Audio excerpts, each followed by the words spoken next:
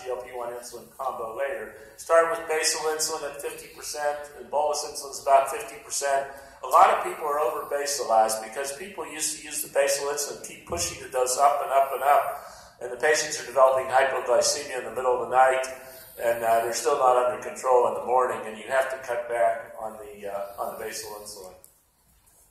Starting dose is based on weight, usually about 0.4 to 0.5 units per kilo per day.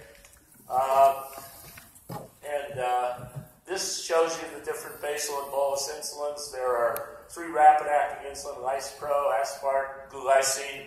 We also have inhaled insulin, which we'll talk about later, which can be used as well. Inhaled insulin is the most rapid-acting form of insulin we have. It works faster than these. Some of the companies are trying to get faster analogs. So far, I haven't heard of one that's been released that's really any better. And then for long-acting insulin, either glargine or Detamir or U300 glargine or Degludec, which comes U100 and U200. And then the newer insulins are in pens, so you give them by units, so you don't have to worry about whether U100, U200, or U300. You just dial up the units. You know, in the old days, people used to get confused all the time because they had U40 syringes, they had U80 syringes, they put the wrong insulin in the wrong syringe, they get twice the dose or half the dose. That doesn't happen anymore, fortunately. Then there's pumps, continuous subcutaneous insulin infusion, which I've used a lot over the years. They're a great way to take care of type 1 diabetes. They're only covered by Medicare for type 1 diabetes. And you have to do a C-peptide once a year. Don't ask me why.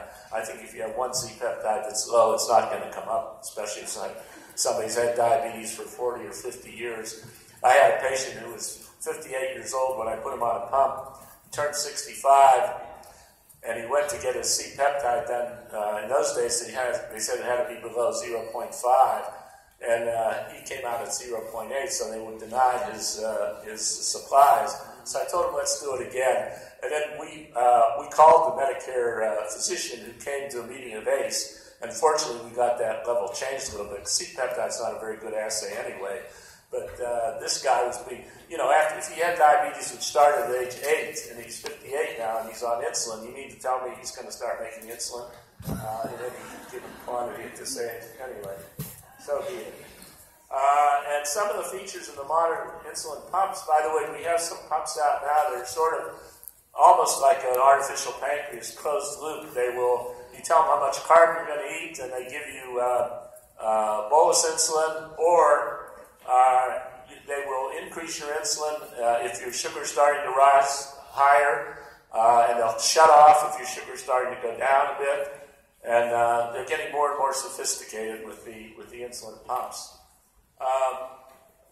And you can change the basal level as often as you want. You can change it every hour if you want to. Most people don't need a lot of different basal levels, but it depends on activity, on food, and so forth. In the old days, the first pumps that came out, there was no such thing. You just had the same basal level. You couldn't change it, and they were inefficient in that way. Pumps have come a long way. My first pump I placed in a patient in 1980, and so I hate to